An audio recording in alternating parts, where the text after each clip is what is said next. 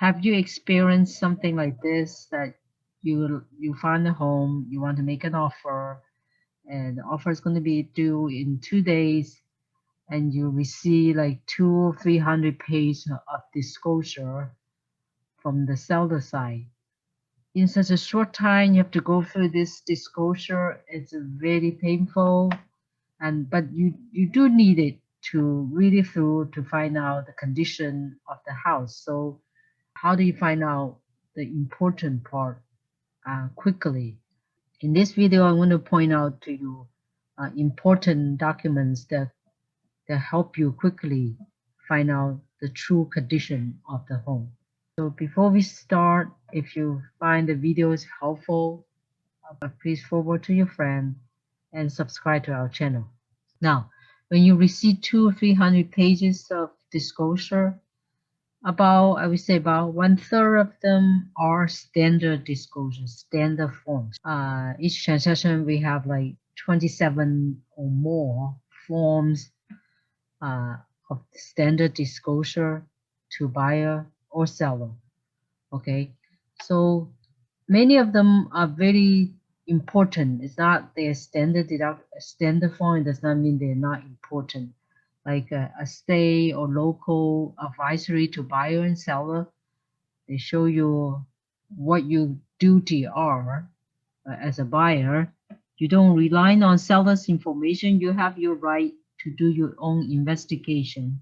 So verify the information. You do not rely on seller. Okay. There's also a market condition that show you don't get too emotional when you make an offer, just to be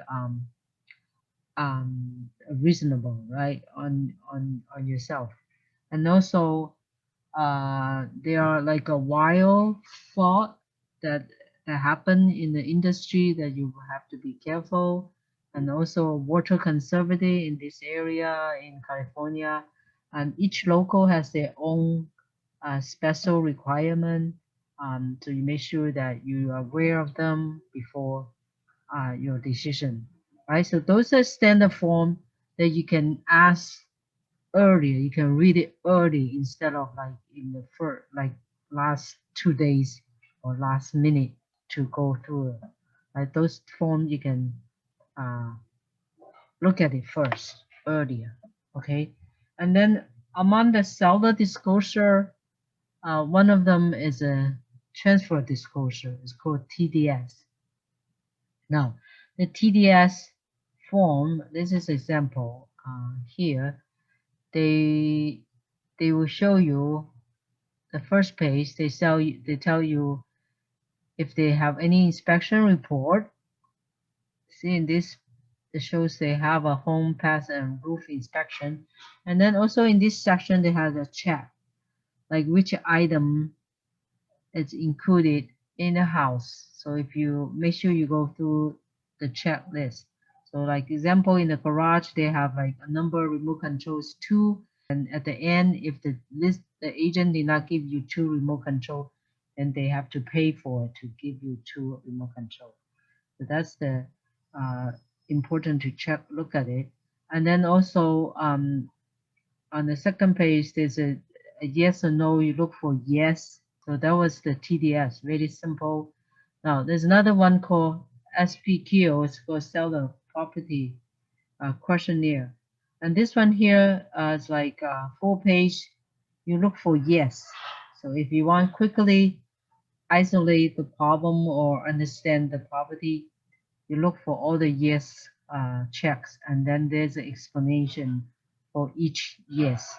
Okay, and then there's a hassle disclosure report. This one is required to disclosure the area if any natural hazard like a flood or high fire zone. And you look for a yes here. All the no means that's good. If it's a yes, especially the first one, if it's a special flood zone area, if it's a yes, that means you have to buy a flood insurance. So you look for the yes for this and the summary. And then they also have a special tax. Some property on the NHD report, they give you a special text, and you want to make sure look at the special text, like for the library, for the school, there's an extra property tax for that. Okay, so that's like the main from the seller disclosure. And then in today's market, many sellers have a home inspection, a termite inspection, and also a roof inspection if it's a single family home. So most people seller did that just to give a true understanding the condition of the home. Uh, Before they don't do that often, they usually leave it for the buyer to do those inspections because the inspection costs money.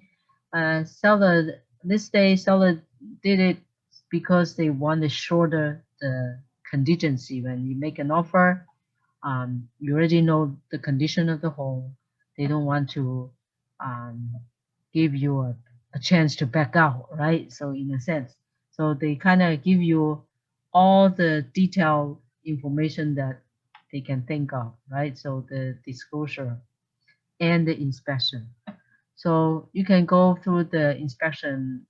For example, this is a roof termite inspection. Now, termite inspection, normally a few pages. So if you look at it, this example here, they have a diagram and mark, each like 1A, 1B, 1C. And then they also have summary here. For each check mark means they found something. So in this case, they found a fungus and then the other finding. Okay, if you look at the graph here, and this is a diagram of the house, and they indicate where they find the problem. So 1A, 1B started with 1, that means a session 1 problem. A session 1 means a problem that need your a correction, need your attention. Okay, so it's like an active problems that we recommend you to correct it right away. If it's not session 1, the other will be called session 2, which is like it's not immediately problem, but it's leaded to a problem. So kind of like you watch out for it, kind of monitoring it. So you see this 1A, 1B, 1C, so it's like 3 um, problem they found in session 1. Then you can quickly go down to the session that describe, 1A, 1B, and 1C, and what was the problem. Okay, so that was for the termite inspection. And then there's uh, a roof inspection. It's very simple. They do a check mark, like what is repair needed, what is the condition that is working. Okay, so that's like very simple. And they usually give you a summary, like how much to do the repair, how much it costs. Okay, the most time consuming would be a property inspection. Property inspection inspector also spend a lot of time in the house, and some of them like 2 to 4 hours or even longer inside the house. They check on pretty much everything, the appliance and then the electric. And so if they find something that it's kind of like you treat the property inspectors like your general doctor, right? So you just a family doctor. You just go see him. He will check your blood pressure. You check your cholesterol, and if he found something that suspects, like maybe something's wrong, and then they will refer you to like a specialty. Same thing here. The property inspector look at everything. If they found something that might be a termite, then they say, hey, you should do a termite inspection. If they look through the roof and they found something that maybe not, and then they also refer you to go with the roof inspection. If they found a crack under the, in the foundation area that is kind of abnormal, unusual, they also kind of refer you to go find the special foundation guide, like structure engineering or foundation inspection. So this kind of like a general doctor. Okay, so it's important that you read it through to see if they have referred anything special that they are not doing, they're not aware of. Okay, so different inspector has a different report style. Okay, so this one here, that they normally give you a picture and then a description. Like you do have to go through the whole report, every line, um, every page, and they do put a color code. If they have red color, means like they recommend you to. It's important that you fix it right away. It's a blue color. Sometimes it could be like a monitoring, kind of like a termite session 2 kind of thing, right? So it's like it's not, you don't have to fix it right away, but it's for safety or for something that it recommend you to fix it, or you watch for it, like monitoring for it. So you have to go through each page for it. And then there's another style of property inspector they're doing is they put a summary of what they find in the first a few pages. Like in this case, on page 3, they of total 28 page, but they only give you like a summary on the first few pages, so you can easily quickly find out the condition. So it's like 4 pages, right? So total 4 pages what they find a problem in this house. So that way save you time to quickly find out the problem uh, for the for this house. Okay, so that's the style of right reading. I'm not saying that you should shortcutting it, but it just quickly you find the problem, and then you can decide if you should um, write an offer, or you should write a full price offer, or higher price, or lower the price based on the condition of the home that you see.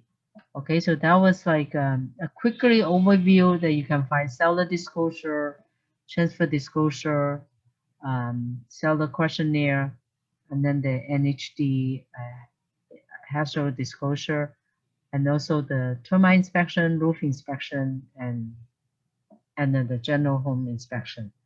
So that's the overall for the single family home. Okay, if you have a condo, let's go check on the condo. Okay. Okay, for condo, every condo has this documentation. They have article of incorporation, by law, CCNR, rules and regulation or policy, and then they have annual operation budget. They have financial statement, and some of them have insurance declaration, and then they always have meeting minutes. So these are all the document uh, almost every condo have. Okay, article and bylaw is like legal document that when they start this condo. Okay, CCNR, it is show you all the condition and restrictions. So if you want to find out if this is a condo has a rental restriction, if it's important to you, then you searching it uh, for like a rental restriction, or is there like when you have a pet, what kind of restriction they have, and then the parking, uh, everything is in CCNR, like any restriction. So it's a very important that you go through it. It's a lot of pages. Okay, that's like 60% of the document, HOA documents. Okay, so you can do a search in the PDF file, looking for rental restriction, or looking for um, anything that you want, you're concerned you, then you can do a search in that. And then the rule and regulation and policy, that document is required to give it to the tenant if you plan to rent it out. So it tell you pool, hour and parking restriction like visitor parking, anything related to keeping the common area uh, in order. So that is required to give it to the tenant, and it's better to go through it. Okay, and then annual operation budget and financing statement. Now we are not a CPA, and we don't know how to what is the healthy budget for the HOA. So if you know how to read a financial statement, so it's easy for you. But if you never read one, and there are some third party company will go through the HOA and give you a few pages summary and say what their opinion about the HOA. It does not mean that you don't want to read it, but it just has such a company can do that for you with a fee. Um, but as a general, you should know the HOA normally have like taking 15 to 40% of assessment, like your HOA fee, put it on the reserve. And some HOA provide like a summary page on the healthy on the financing report about the HOA. They tell you like how much reserve they have, what's the operational fees per year. So if you're looking at their summary, if you see like the reserve is 25 to 40% of the budget, then maybe is good enough, right? So it's just like yourself, right? When you do a long, when you have a house expensive and you do want to have some reserve in case that you out of work, then how much a reserve should be like 3 months or 6 months or 9 months or a year. Each HOA or each family is different. Some very conservative, they want to have more reserve, and in case something happen, they have extra money to go for it, right? So it's same thing for the HOA. Um, but if it's like they have no reserve, then it's a problem, right? So if they have a major repair or then they were going to get a special assessment, which is another big sum of money that each owner of the HOA had to pay.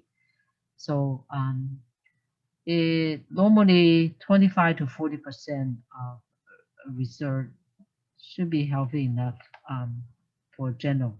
Okay, so make sure to at least look at that part if you haven't hired somebody to do that. Okay, now insurance declaration, HOA usually provide. For this case they don't have it because when you do a loan, your lender will ask for HOA insurance declaration. They wanted to see how much coverage for the insurance. So that's required. If they don't have it, you can ask for it. It's no big deal. Okay. Now the meeting minute, um, it's required to provide 12 months of meeting minute. Well, it's not like 12. It's a 1 year meeting minute. Okay. If HOA have a meeting every month, then you have a 12 meeting minutes. Okay, if they do it every other month, then you got 6 copy of the meeting minutes. So it's just require like a total of 1 year cover of the meeting minute. Now meeting minute is important. It's very important because it tells you the current event. Every meeting what they talk about could be like increasing to a fee, possible voting, or could be like maintenance issue or security issue. So it's a current event. It's short. Meeting minute usually short for each meeting. You definitely need to go look at it to find out what's happening now, right? So that's the HOA document. If the townhouse or condo has no reserve and very poor management, then you don't want to buy there because it could be a lot of expensive down the road. Okay, so that's HOA document. Okay, so that's the quick overview of the seller disclosure and the HOA. I hope that in a short time that you pretty much, after you go through, pretty much understand the true condition of the home. Again, emphasize that I'm not asking you to skip reading each page of the disclosure. If you're writing a non-contingency offer, make sure you go through everything, not just a quick overview like this. Okay, that's it, and I see you next time. Bye bye.